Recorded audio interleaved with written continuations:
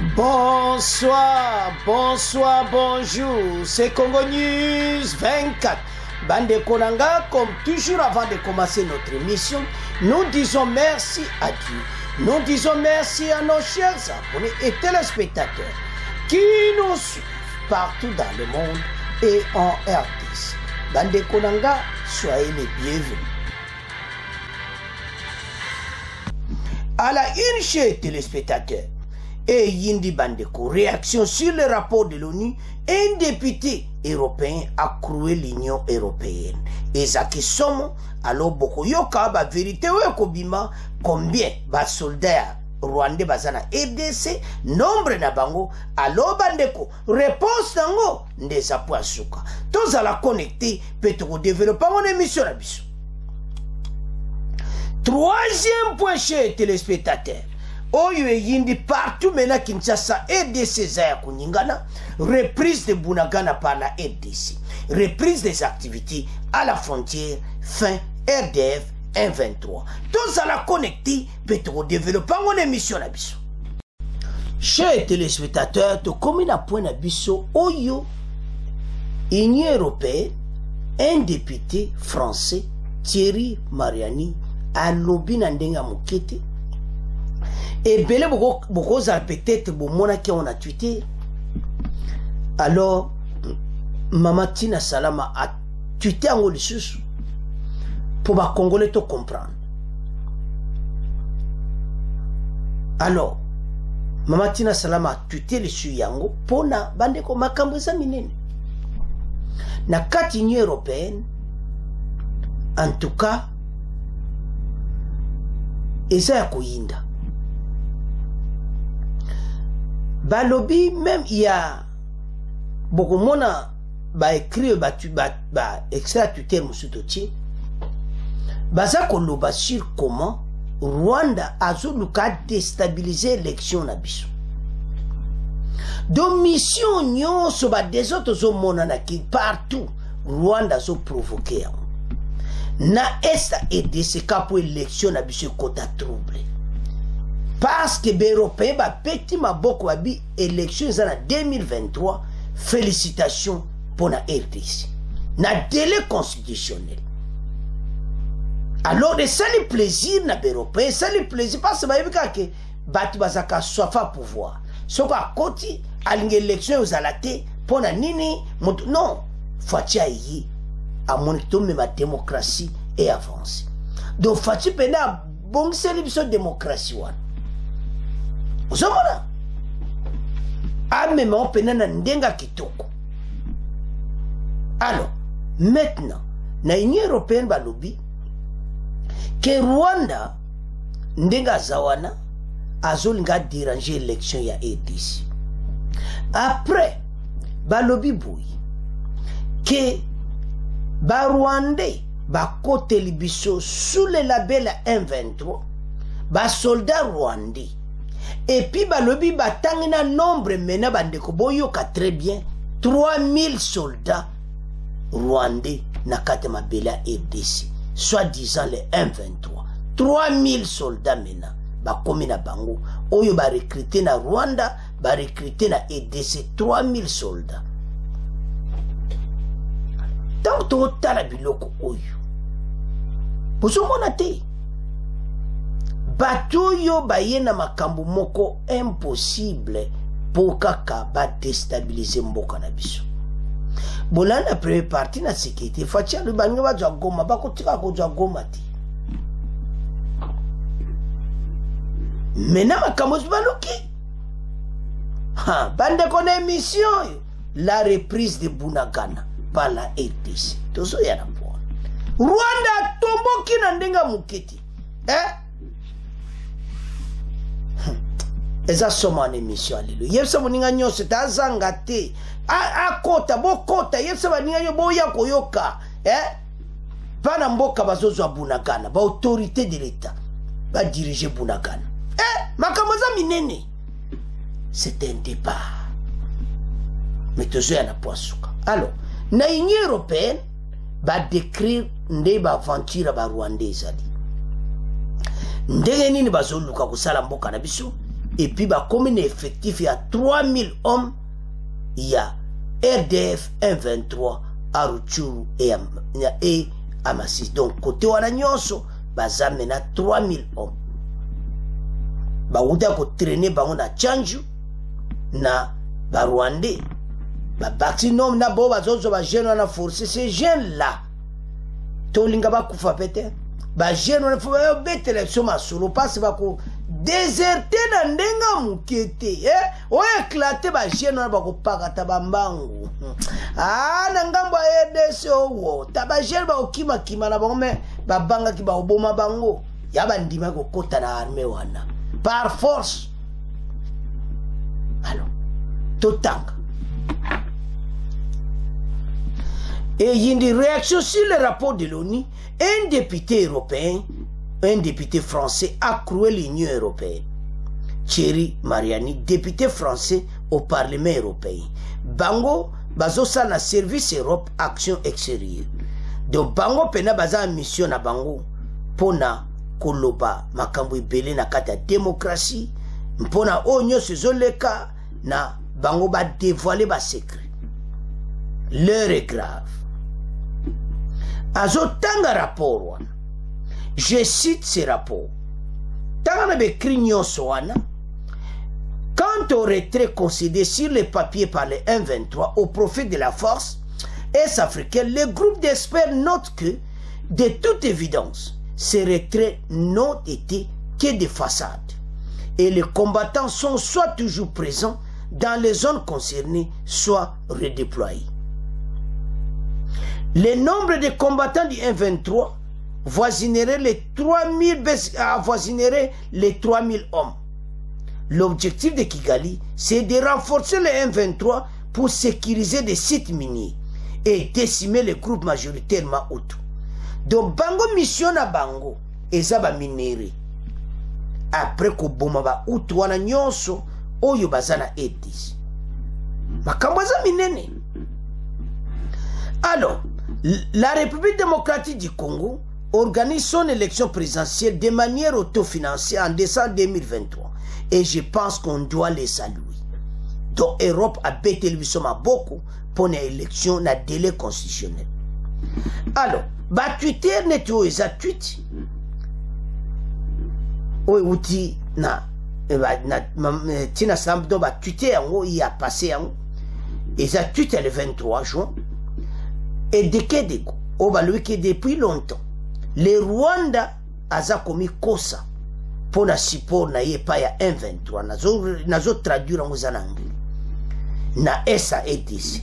Jusqu'à ce que l'évidence est comme incontestable. Moi, je vais contester ça. Alors, ils ont arrêté et panzana qui n'a l'air wana. Donc, moi, je vais faire la autre, mais à te, panzana.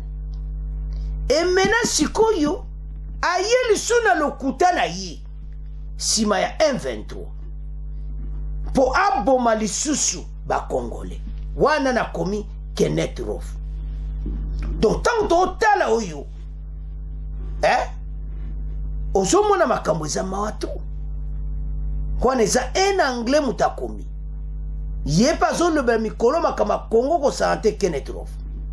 Comment Rwanda a détruit mboka na biso Twitter ne yangwana donc yebe azo koma mingi pona edis. Alors Tolanda Thierry Mariani en direct ya Union européenne bon to avancer l'émission na biso. Merci Monsieur le Président. La République démocratique du Congo organise son élection présidentielle de manière autofinancée en décembre 23 et je pense qu'on doit le saluer. Malheureusement, comme cela a été le cas dans le passé, la population congolaise craint que l'instrumentalisation par le Rwanda des troubles au Kivu ne vienne perturber le cycle électoral. Ce lundi 19 juin, c'est-à-dire il y a exactement 6 jours, le rapport à l'ONU a été remis après une année d'enquête sur la situation en RDC. Et ce que je cite, ce n'est pas des accusations gratuites, puisque c'est ce qui figure dans le rapport qu'on trouve sur Internet, puisqu'il est repris en partie par RFI. Il incrimine directement le Rwanda dans le soutien à la milice criminelle, terrorisant la population par le M23.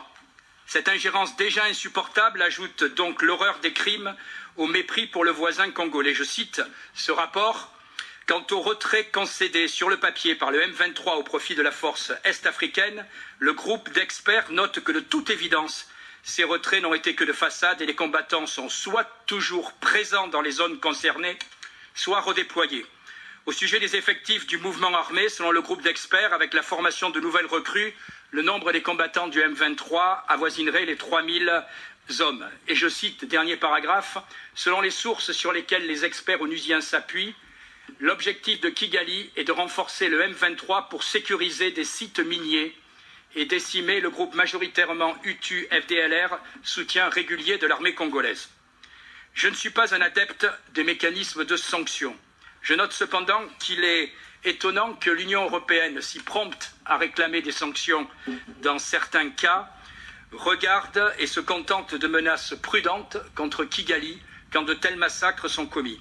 Et donc je demande à nos partenaires africains, premièrement, quelles sont les actions menées par l'Union africaine pour convaincre le Rwanda de cesser son soutien au M23 et quelles mesures de rétorsion pouvons-nous envisager si le Rwanda continue à perturber le cycle électoral congolais? Merci, Monsieur le Président. Bandeko Tolandi Thierry Mariani, Bandeko Toloba Kiangu, que Europe bako sala ba complot contre Mboka na biso. Mais to kuta na député moko européen. A makila ba Congolais simbié. A lobi pena non, il faut na loba. Bandeko alobi. D'abord à saluer ba konza Mboka nde ba sali élection na délai constitutionnel. Ba sepeli na wezo sala na Mboka na biso. Ba moni pena que oui on avance. Bandeko. Ba mindele bazo mona les changements. Biso tozo mona te passe to wuti na pasi. Pasi eleki. Congolais zaki nomade na mboka na lelo lobi loba zozo ba carte d'identité. Mais nous étions des nomades pendant plusieurs années. Lelo recensement moko propre ko salama de maison en maison. Bakoyeba qui est congolais, qui ne l'est pas, qui est immigré à EDC. Makambo zamine. Alors, tant to tala biloko bonde to landi yon, a lobi ke ba Rwandais ba komi 3000 RDF 123. Mbosuki. Les stratégies mokonzi zo simba bino. Ezo swati na mikuwa. Ba Rwandais ba fashi. Bozana problème. Alors, ce qu'on bozo mona. La diplomatie ya ba konzi. Bandeko esali ke lelo yu bato ba sambwa. Baza ko sambwa. Baza na problème sérieux bazo lukandeni bako kenendengeni. Ezaya ko yinda. Esi yindi. Voilà. Bandeko to sepela. Mboka oyo. Eza mboka moko. En tout cas. Tozana nyonso. So kimi ekoti. Rwanda osaka ansio na bisote. Alors. Tawe mindele bazo ganga boye. Pona Rwanda. Alobi ke bazo ya pona ko sécuriser. Ba minere. Et puis ko boma ba utu. Mission ya RDF 123. Ba yiba ba minere na biso. Ba boma ba utu wana. Ba kati ba tuti ba kozana pouvoir ka libela. Moko les ali. Alors, bandeko, tant bazo lo ba véritable et puis bazo ya po ba déranger élection 2023. Makamu nyonso ba osala pona ya mundele mutalubi. Pour élection kotaka mubulu comme ça ndeka osomona na RDC allez ba Fayulu ba Katumbi tout le monde to vendre autour de la table mubulu côté na mboka élection kozala te to kabula ba poste et ko simbati élection kozala olinga ti batia mubulu o ba yeli biso mombondo o ba yeli biso ni élection kozala ils seront maîtrisés par la force. Voilà. Et puis, est wana Fatia lubaki bata Bunagana bako voter. Bata Ruchuru bako voter. Faut bazonga na bandaku na bon. Effectivement.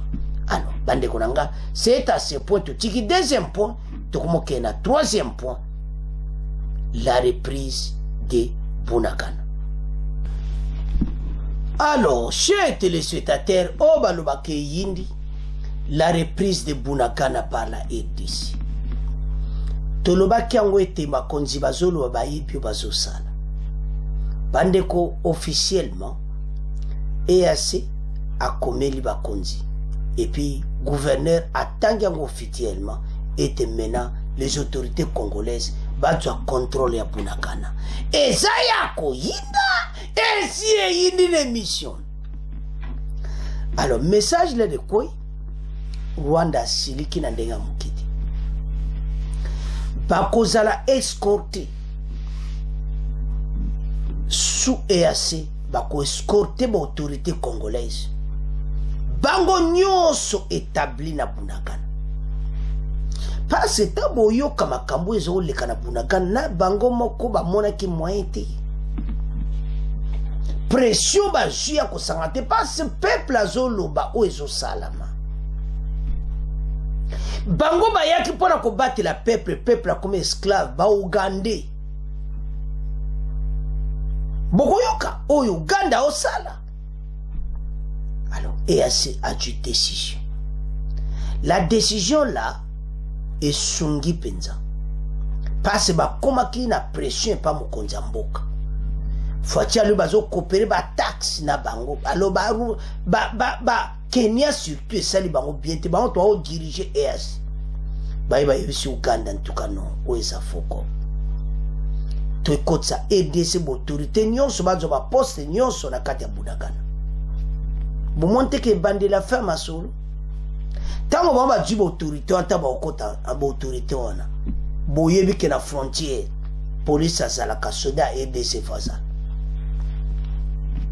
bo somo na makamoni ngeza do ba lobi ke autorité mbandeka ke zala ki bazonga na Bunagana bako zala escorté ça ne ba DGD à douane bata douane bata frontière contrôle et tout ça ba koma wana makambo za munene les activités à la frontière bazora ba taxe makambo nyonso ezongi en ordre à Bunagana parce wana pas makambo ebandaki yanto loba tovanda kimia ba konzi bazama yele bande bokoyoke se boyoka yemu message général ndima et pas autorité nyonso ba banda lero ko kanga ba valise et puis 40% quand message est quoi tout landa bande ko nangai 40% de la population Bunagana bazongi voilà ya auto ça va congolais et te ba konti bazo travailler makambo malembe ko sila la reprise de Bunagana par la RDC to récupérer mboka EAC en tout cas ba congolais ba ko bettre bien maboko na acte bosali boyoki parce que normalement ba so ba botola ki mboka wana il faut biso to so Uganda bango pena batu basali pena poto nde bozo kanesa kutu Kenya batu tipenda te Uganda batu ba tshepene yo kaka bazo laksa biso ba coopérer na ba M23. Alors les nouvelles wani koi o président Rwandais Kagame fâché na ndenga mukiti noko fâché comme too late totanga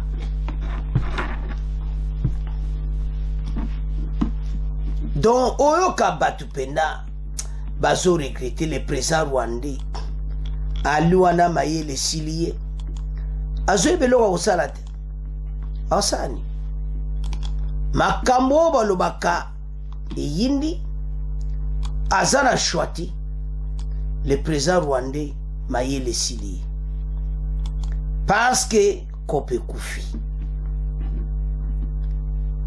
mayele silie azoebelo ni na kogo salati parce que la gouverneure annonce la reprise des activités au poste frontalier de Bunagana dans les prochains jours. Makambo Zamineni. Avançons. Ces équipes seront escortées par la force régionale de l'EAC pour faire un état de lieux et le transfert de la hiérarchie. Dans le contexte, signé le 5 juillet, a demandé ses responsables de prendre toutes les dispositions à l'absence de leurs équipes l'équipe à la frontière. Bunagana sur escorte de l'EAC. Sur place à Bunagana, très bien. Environ 40% de la population ont regagné leur domicile. Donc, Makambouza ou Balobeza ya Kuyinda. Le lieutenant général Dim annonce la reprise des activités Bandeko. Alors, 40% de la population ont regagné leur domicile, kaka l'herbe qui annonce. Cependant, à l'absence des autorités étatiques de l'armée ou de la police nationale congolaise, un comité de 15 personnes désignées par les rebelles de 1-23 veille sur les activités de la population et joue le rôle d'un tribunal coutumier. Donc, Bango Basala tribunal la Bango Pekuna, un tribunal coutumier, il y a 15 personnes basées pour juger les Congolais. En cas d'incident majeur, ce sont les ressorts de 1-23, en tout cas, Ougandais, Ouganda Zamu, Tema Mabe Moko, Naibiti. Ouganda Penda Zamu, Tema Mabe, Bango Moto Basali Biso Penaboui. Bande Kozo Sala Passi Nandenga Mukete, Komona façon de bateau yo Basali Biso. Ils ont pesa qui to côté. Donc, Makambu obalubake si yindi na ngokaka. Donc naye commandant na bango Makenga. Naye moko président Rwandais. Donc maye les sili. Parce que bamu beneke kope kufi na mo. Zomona bandeko tolobaki ete bateau tiba koma na suka. Obalubake si yindi. To continue. Avançons parce que obalubaka match za mobulu. En cas d'incident, ce sont les ressorts du 1-23 qui occupent pour réprimer ou arrêter les individus. Les sources locales ajoutent que dans la cité de Bunagana, la population est soumise à certaines mesures prises par les rebelles, notamment les travaux communautaires. Parce que maintenant, déjà, Bunagana expliquer. Chaque jeudi, toute la population doit effectuer les salons vers le campement des rebelles du 1-23 dans le Congo. Aucun esclavagisme. Président Rwanda c'est là-bas Congolais. Hein? Donc, tant que tu as la biloko aboye, ah, non. Tato azamabe. Ndeko makambu, tant que tu as la biloko yo. Alors, 1-23 na batunaï, bangwana bazunzela. Bamati bakena ngomba na bango runoni Makenga et ses hommes bangwana babendani kop écoute koti na mai Bunagana na maboko ya RDC. Situation oyo ba autorité rwandaise basepeli na ngoti ata moketende bozomona wana Wilingoma na poste douane. Maintenant, ba DGA bazo remplacer na posa kitu wano vandi telemana yangu. Makambo za minene. Alors, sikoyo Rwanda nde bazara bandeko. Président Rwandais Baboul esilié azwebe loni ako salati. Parce que kope kufinyonso mayele pe esilié sur dossier S. Bandeko Makambo est bandit tellement kala. Donc, situation, bangomi balé penza, baleli. Baleli. Oyo kapena présent Rwandais, na présent Uganda. Bazo soa mino na lero abianga ye. Fati bajo ya salibisu. Ndeni a convaincre EAC, ndeni EAC bajuba mesure abui. Mesure zoami. Donc, pour s'affronter à Bunagana, bateau bagozali susute, et maintenant, l'autorité na biso, bazo soyango. Makenga et ses hommes, baluka ndeni soba okende wapi, parce que, bandeko, to vivre ma situation moko, hermoso tali, bateau yo, non, basakani pena na biso, mais, match e baluka kate, match e baluki. Nde bazawana bamoni penaki tokomi na suka mayele sili le M23 message koi président ougandais na président rwandais ba recruter Kope Kufi donc armée Ouganda pe azokene kalati ndeka tozomona. Avançons. Au poste frontalier de Bunagana, un agent de M23 fait le monitoring des mouvements. Makambo nyoso ba raconter makambo ko sala. Les montants varient entre 1000 et 2000 francs congolais. Bunagana, notamment Tchanju et Runyoni, la force régionale dont Mawatro. Alors, dans un communiqué date du 8 juillet, le M23 soutenu par le Rwanda déclare qu'elle considéra comme acte de provocation toute présence d'agents du gouvernement de Kinshasa sur l'étendue qu'il occupe et que leurs forces de sécurité ont été instruites de réprimer cette présence.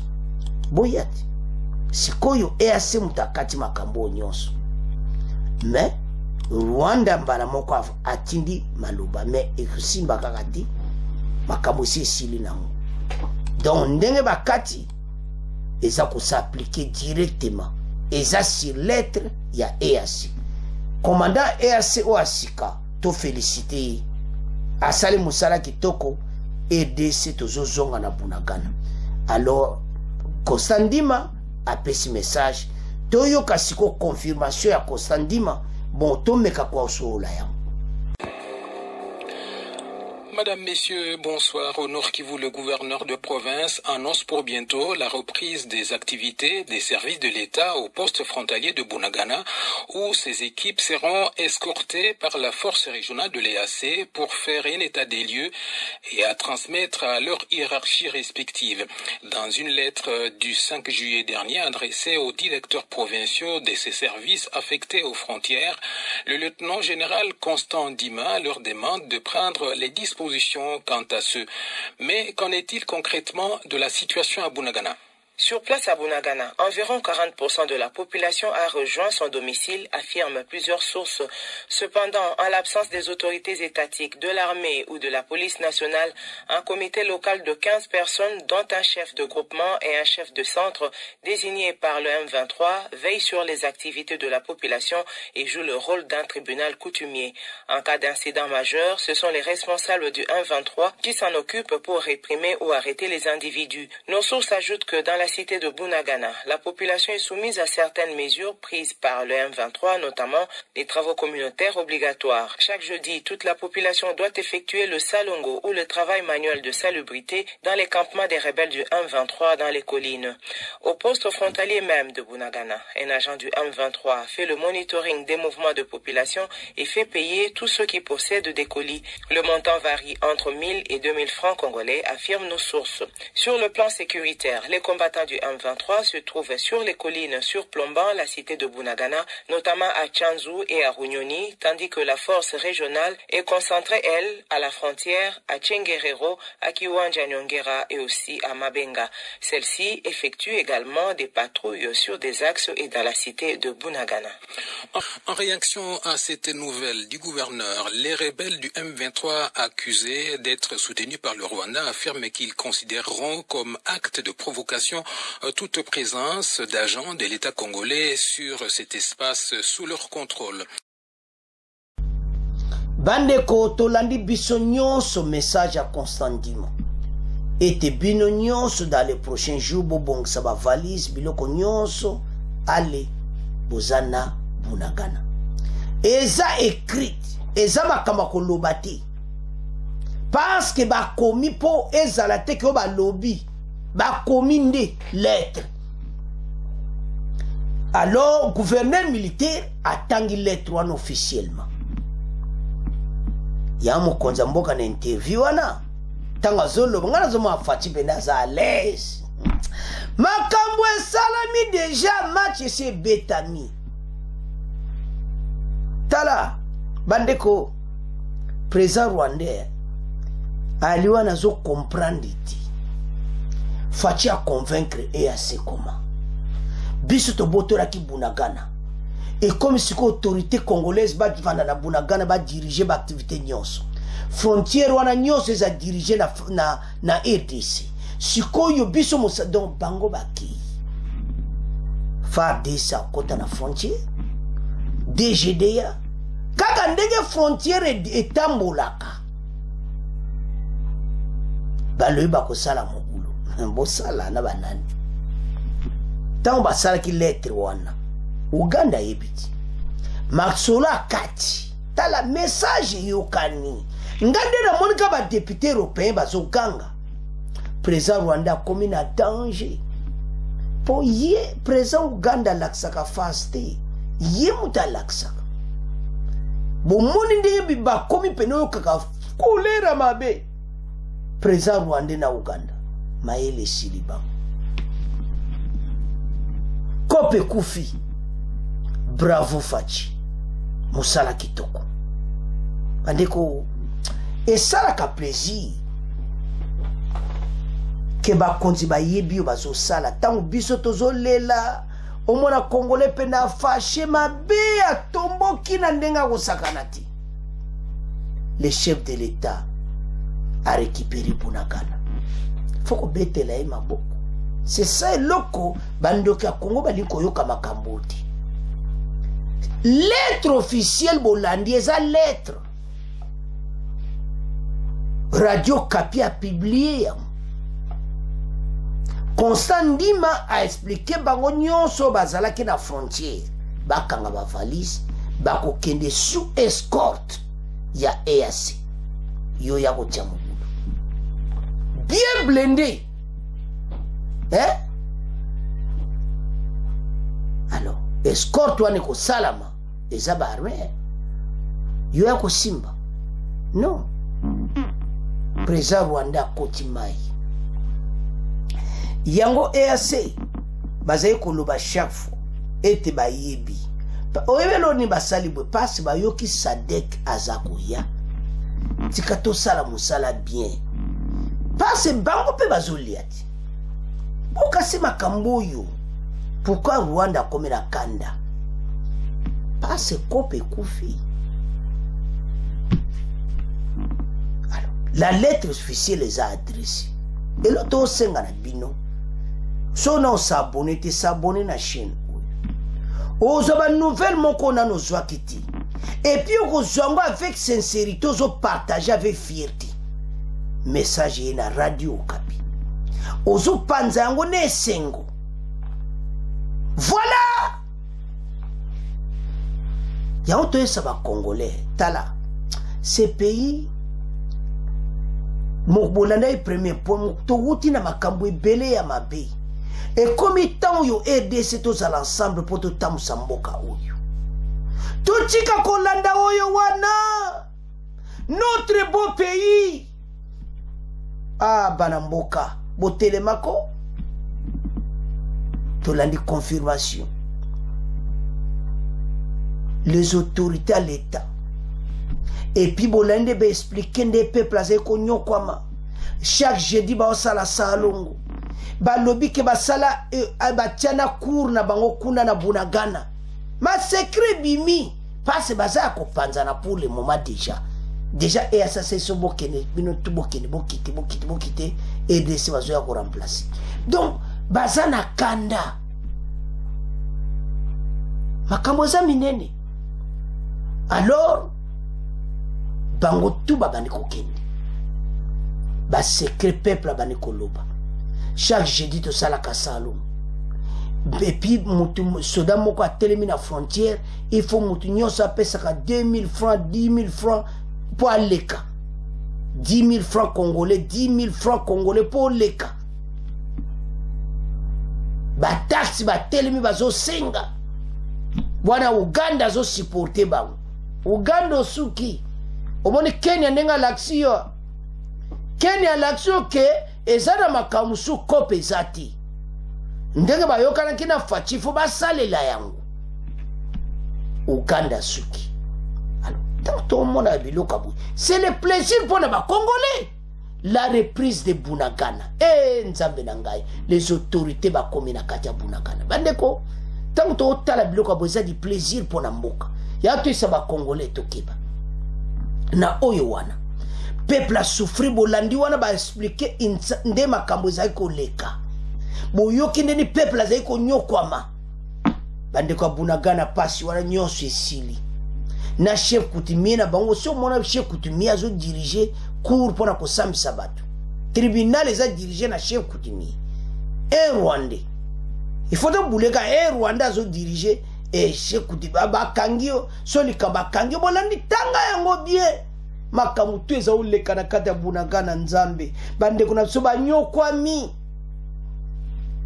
mais libération yango yi boza libéré les autorités congolaises en route sous escorte ya EAC muta bougete muta telemate muta mekati baso kanga ba valise pour le moment ba autorité nyonso o basala kakuna muta na poste de douane boxa la te lamba ba douane RDC DGDA bongsa pancarte ba longola ki ba porte tout ba buka ki bobongsa yango makamnyo sezongi. La reprise de Bunagana ça fait la fierté à Mboka.